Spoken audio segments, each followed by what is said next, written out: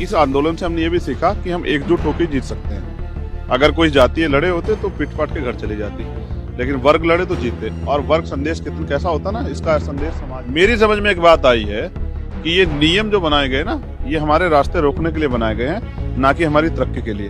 तो इन नियमों को तो मेरे हिसाब से डायनामाइट लगा के उड़ा देना है। हमें बताते हैं कि पिछड़ों का अधिकार ये खा रहा है, ये जाति खा रही है, पिछड़ों में दलितों में ये जाति खा रही है। अब अपने यहाँ तो देखते नहीं है कि बनिए और ठाकुर कायस्थ हैं, वो बेचारे कहाँ हैं? जो और सामान्य वर्ग, जाति नहीं लड़ रही थी, वर्ग लड़ा। और जब वर्ग लड़ता है ना तो वर्ग जीतता है।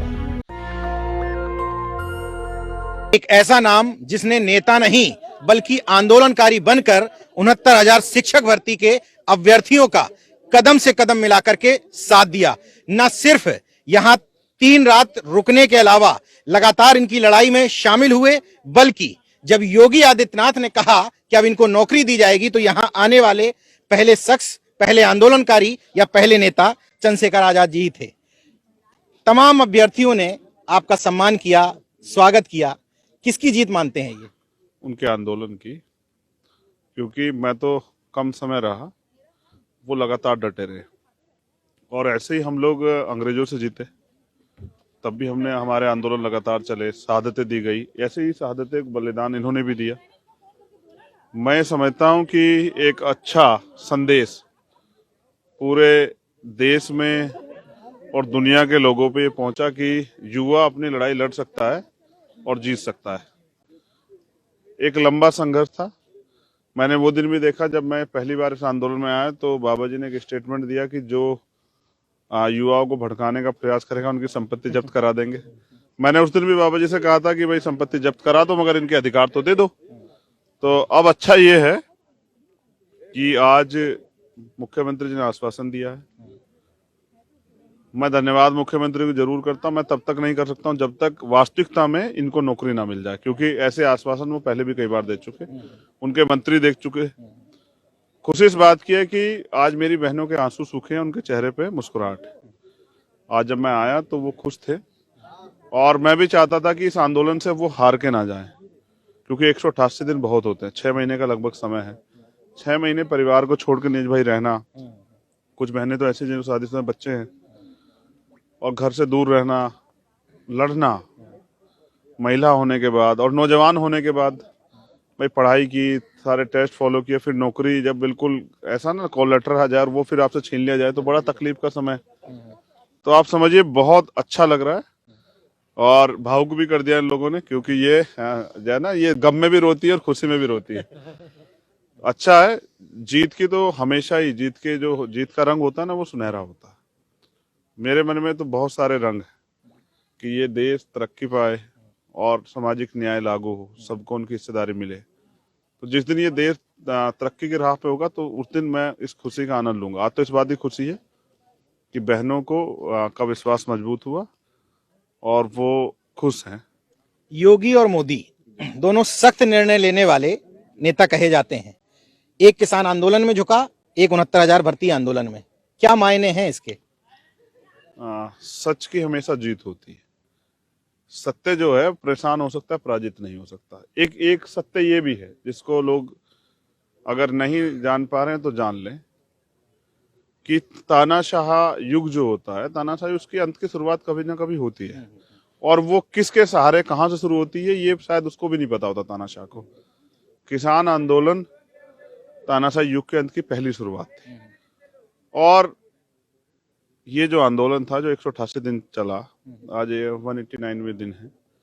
ये जो यूपी में जो तानाशाही का चरम युग चल रहा है, जहाँ कोई बोल ही नहीं सकता है, कोई अपनी बात ही नहीं रख सकता है, कोई अपने हक के लिए आंदोलन ही नहीं कर सकता, जहाँ न्याय मांगने पे लाठियां पड़ती हैं, बहनों के कपड़े फाड़ दिए जाते हैं, उनके हाथ तोड़ दिए जाते हैं, उनको भद्दी भद्दी गालियां, जाति सूचक गालियां, क्या नहीं सहा इन बच्चों ने।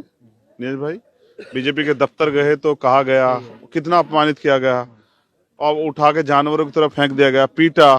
तो मैं समझता हूँ इससे बुरा तो कुछ नहीं हो सकता है। फिर परिवार के लोगों ने क्या क्या नहीं कहा होगा जब वो अपनी बेटियों को पीटते देखते होंगे। तो मुझे भी तकलीफ होती थी। मैंने तो इनसे वादा किया कि अब कोई पीट देगा तो आ जाएंगे। प्रयास ये था ना कि अगर हम इनके सम्मान की रक्षा नहीं कर पाए तो फिर किस बात के भाई। तो अंत की शुरुआत तो हो चुकी है। अब बाकी जो पटकथा है ये नौजवान लिखेंगे, 2022 में भाजपा मुक्त करेंगे उत्तर प्रदेश को, और 2024 में देश मुक्त करेंगे। अच्छा, बिना नियुक्ति पत्र लिए तो यहाँ से जाने वाली नहीं है? बिल्कुल नहीं। हाँ। अच्छा, धन्यवाद धन्यवाद धन्यवाद। मैं भारत के चारों तरफ जाता हूँ, सारे कोनों में। भाषा बदलती है, रंग बदलता है, कद बदलता है, कपड़े बदलते हैं, खान पीन बदलता है, युवाओं की समस्या नहीं बदलती। प्रधानमंत्री के 2 करोड़ रोजगार देंगे, तमाम बड़ी बड़ी बातें की थी, इंडस्ट्री लगा देंगे, ये कर देंगे वो कर देंगे। इसमें कहीं भी नौजवान का आर्थिक सशक्तिकरण होता नहीं दिखा, महिलाओं का आर्थिक सशक्तिकरण नहीं होता दिखा। लेकिन इस आंदोलन की जो बड़ी बात थी, डट के लड़े, जम के लड़े, ऐसे लड़े जैसे योद्धा लड़ते हैं और जीते। इस मुझे जो अभी यहाँ तमाम टाइटल लड़ते हुए दिखे, उनमें मुझे एक चीज नजर आई, ओबीसी ने अपने दाग भी धुले कि ओबीसी कोई आंदोलन को लीड नहीं कर सकता, लड़ नहीं कर सकता, ये भी दाग धुलता हुआ नजर आया मुझे। ये लगाया किसने? हमें मानसिक रूप से हमारे मोरल को डाउन करने के लिए इन्हीं लोगों ने लगाया कि हम लड़ नहीं सकते। हम तो लड़ भी सकते हैं सर, और जीत भी सकते हैं। हम पे तो इतिहास है ना। हम मंडल कमीशन लड़े, मरे लड़े, लेकिन अधिकार लिए ना। यही तो असली सामाजिक न्याय है। हाँ, लेकिन गजब की बात देखिए ना, लड़े, हमें अपने अधिकार के लिए लड़ना पड़ता है। ये इस व्यवस्था के जो उच्च वर्णीय लोग हैं उनके साथ ऐसा नहीं है। उनको बिना मांगे 10% आर्थिक आधार पर आरक्षण मिल जाता, कोई आंदोलन नहीं करना पड़ता उनको, और वो लागू भी होता है। पिछड़े और दलितों का अभी 1% 4% लागू नहीं हुआ, बैकलॉग पूरा पड़ा हुआ है। उनके लिए अलग से नियुक्ति निकलती है, और वो नियुक्ति वो भर्ती होते हैं सर, उनके लिए लेटरल एंट्री भी, उनके लिए सब कुछ। हमारे लिए क्या है? हम पे जो संवैधानिक अधिकार मिला है, रिप्रेजेंटेशन, आरक्षण, प्रतिनिधित्व, वही तो है। उसके अलावा तो बहुत सारे जो है ना, कीले ठोक ठोक के रास्ते रोक दिए, किसानों के रोके हैं कि ये जो ओवरलैप से नहीं चलेगा, और फिर जो है सुप्रीम कोर्ट ने ऑर्डर कर दिया कि आप अपनी कैटेगरी में ही रहेंगे। तो हम तो अब लड़ने के लिए आ रहे हैं। अच्छी बात एक थी जो मैंने महसूस की, जाति नहीं लड़ रही थी, वर्ग लड़ रहा था। और जब वर्ग लड़ता है ना तो वर्ग जीतता है।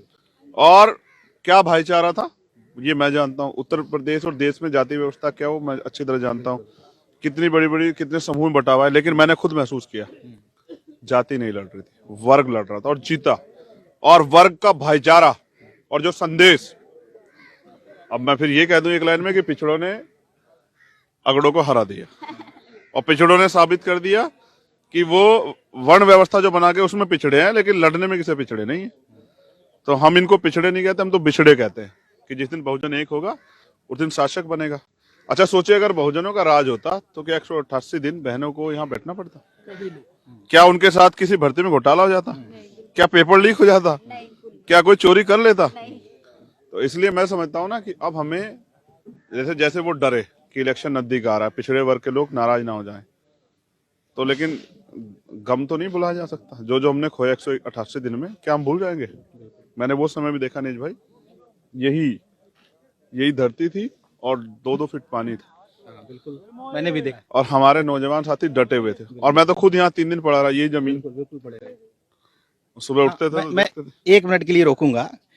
बीच में लड्डू खिलाया गया, तमाम लोगों को इस प्रेम को देख करके तकलीफ हो रही होगी, लेकिन ये मैनेज्ड प्रेम नहीं है। ये प्रेम इसलिए है क्योंकि इस शख्स ने यहां इन लोगों के साथ रातें बिताई हैं, इन लोगों के दुख दर्द तकलीफ को झेला है, इस आंदोलन को घर घर तक पहुंचाने में मदद की है। इसलिए बहनों का, भाइयों का प्रेम आज उमड़ रहा है, क्योंकि उनको भी खुशी है, हम सबको खुशी है, क्योंकि ऐसा लग रहा था ये आंदोलन हम सब लोग मिलकर के लड़ रहे हैं। मैं संविधान को मानने वाला व्यक्ति हूं, इसलिए शूद्र शब्द इस्तेमाल नहीं करता, लेकिन आज कर रहा हूं कि शूद्रों ने इनके स्वर्ग पर धावा बोल दिया है। सच है, आप इसको नकार नहीं सकते हैं। कहा गया, संदेश दिया गया, सामाजिक संदेश, ये हमारी सरकार है। एक बोर्ड लगा के लाइन खींच के कहा गया कि आप अधिकारों से दूर ही रहे, अधिकारों की बात ना करें। लेकिन हमने कहा ना कि समय समय पे जब हमें अवसर मिला, हमने साबित किया है सामाजिक न्याय के बिना देश नहीं चलेगा ना। देखो, छत्रपति साहू जी महाराज ने सामाजिक न्याय शुरू किया, और इस सामाजिक न्याय की प्रक्रिया को बाबा साहब अम्बेडकर ने आगे बढ़ाया, फिर मान्यवर काशीराम साहब ने आगे बढ़ाया, मंडल साहब ने आगे बढ़ाया। उसके अलावा तमाम हम बाबू जगदेव प्रसाद कुशवाहा को नहीं भूल सकते, जननायक कर्पूरी ठाकुर को नहीं भूल सकते, महामना रामस्वरूप वर्मा जी को नहीं भूल सकते। तो इसको तो आगे बढ़ना ही बढ़ना है, इसको कोई रोक ही नहीं सकता। जिसको हजारों साल से दबाया गया है वो एक ना एक दिन तो अंगड़ाई लेगा। अगर वो अंगड़ाई भी ले ले, अगर बहुजन अंगड़ाई भी ले ले तो भी हम उनसे ऊंचे हो जाते हैं। तो मैं समझ रहा हूं कि अभी तो अंगड़ाई ली है, बस मेरा एक प्रयास है कि बड़े पैमाने पूरे देश के अंदर तैयार किया जाए, नौजवानों को, महिलाओं को, किसानों को, मजदूरों को, बहुजनों को। हमें बताते हैं कि पिछड़ों का अधिकार ये खा रहा है, ये जाति खा रही है, पिछड़ों में, दलितों में ये जाति खा रही है। अब आप अपने यहाँ तो देखते नहीं है कि बनिए और ठाकुर और प्लस जो वो कायस्थ हैं वो बेचारे कहाँ हैं, जो और सामान्य वर्ग की जातियां हैं। हमें संदेश देते रहते हैं, क्योंकि वो चाहते क्या है ना कि हम लड़ते रहें आपस में। अब हमें लड़ना नहीं है। इस आंदोलन से हमने ये भी सीखा कि हम एकजुट होकर जीत सकते हैं। अगर कोई जातीय लड़े होते तो पिट पाट के घर चली जाती, लेकिन वर्ग लड़े तो जीते। और वर्ग संदेश कितना कैसा होता ना, इसका संदेश समाज में जाता है। तो फिर लड़े पिछड़े और इकट्ठे हुए दलित पिछड़े, अल्पसंख्यक बने बहुजन और किया विरोध और गाड़ा झंडा और बाबा जी से करवाया जय जयकार। संघर्ष समाप्ति की घोषणा यस। कब कब कब तक नहीं? जब तक नियुक्ति पत्र नहीं। घोषणा आपने कर दी, क्योंकि हाथ टूटा था। जी भैया। सदन में भी मामला उठा था। जी अब क्या चाहिए? बस नियुक्ति चाहिए, और नियुक्ति से पहले सोच लिया था, एक ही विकल्प था, विजय या वीरगति। तो हम लोगों को विजय श्री मिल गई है। मेरी नजर में इस आंदोलन ने मनुस्मृति के तमाम सारे नियमों को तोड़ा है। यहाँ पर एक फैक्ट है, यहाँ पर एक घर की लड़की घर से बाहर आकर के लड़ रही थी, उनसे सीधे सीधे आंख में आंख मिला करके बात कर रही थी, हाथ टूटने के बाद भी कह रही थी कि हम छाती पर चढ़ करके अपना अधिकार तुमसे छीन लेंगे। तो मेरी नजर में इस आंदोलन ने मनुस्मृति के नियमों को तोड़ा है, तानाशाही सरकार के घमंड को तोड़ा है। तुलसीदास जी के नियम तोड़ दिए, चौबे जी के हाँ, माँ सावित्रीबाई फूले के नियम लागू कर दिए। बिल्कुल। और ये भी जानना पड़ेगा ना, जब मैं इस आंदोलन में आया तो हमारे साथ विजय थे, हमारे साथ अमरेंद्र थे और मुकेश थे, तमाम साथी थे। लेकिन हमने भी ये तय किया कि नियम तो तोड़ने पड़ेंगे। तो 3 दिन हम यहाँ रहे, हमने 3 नए नए नेताओं को मौका दिया। जब पहले दिन हम आंदोलन को चला रहे थे तो हमारे नेता मुक्ता थे, फिर दूसरे दिन भी हमारे नेता तस्लीम थी। हमने तय किया कि हम जो नियम बनाए गए हैं, जिन नियमों को बना के हमारे रास्ते रोके गए, उनको हमें चैलेंज करना पड़ेगा। और बहुत अच्छा आंदोलन लड़े हम, 3 दिन इनके नेतृत्व में मजबूती से लड़े। और जब बड़ा आंदोलन लड़े तब भी इनके नेतृत्व में लड़े। और जब लड़े तो सरकार को झुकना पड़ा। मेरी समझ में एक बात आई है कि ये नियम जो बनाए गए ना, ये हमारे रास्ते रोकने के लिए बनाए गए हैं, ना कि हमारी तरक्की के लिए। तो इन नियमों को तो मेरे हिसाब से डायनामाइट लगा के उड़ा देना चाहिए, क्योंकि कितने दिन तक हम लोग गुलामी सहते रहेंगे। बाबा साहब अम्बेडकर कहें कि गुलाम को गुलामी का एहसास करा दो, अपनी बेटियां स्वयं काट दे। अब इन अभ्यर्थियों को भी तय करना है कि यहाँ से जाने के बाद इनको गुलाम बनना है, या इस जो राजनीतिक चेतना, सामाजिक चेतना जो जागरूकता इनके अंदर आई है, उसका फैलाव करना है। यानी कि दूसरे लोग भी लड़ना सीखें, ये बात उन तक पहुंचानी है। क्योंकि जो नहीं लड़ेगा वो आगे नहीं बढ़ेगा। अब आज के इस वीडियो के बाद जिस दिन इन लोगों को नियुक्ति पत्र मिलेंगे, उस दिन चेहरे की चमक दिखाने के लिए हम फिर से हाजिर होंगे। देखते रहिए नेशनल जनमत, जागरूक और सजग बने रहिए। जय विज्ञान, जय संविधान। नेशनल दस्तक की आपसे गुजारिश है कि अगर इसको बचाना चाहते हैं तो नेशनल दस्तक को सब्सक्राइब करने के लिए रेड कलर के सब्सक्राइब बटन को दबाएं, फिर बेल आइकन की घंटी दबाएं। नेशनल दस्तक को बचाने के लिए बहुत जरूरी है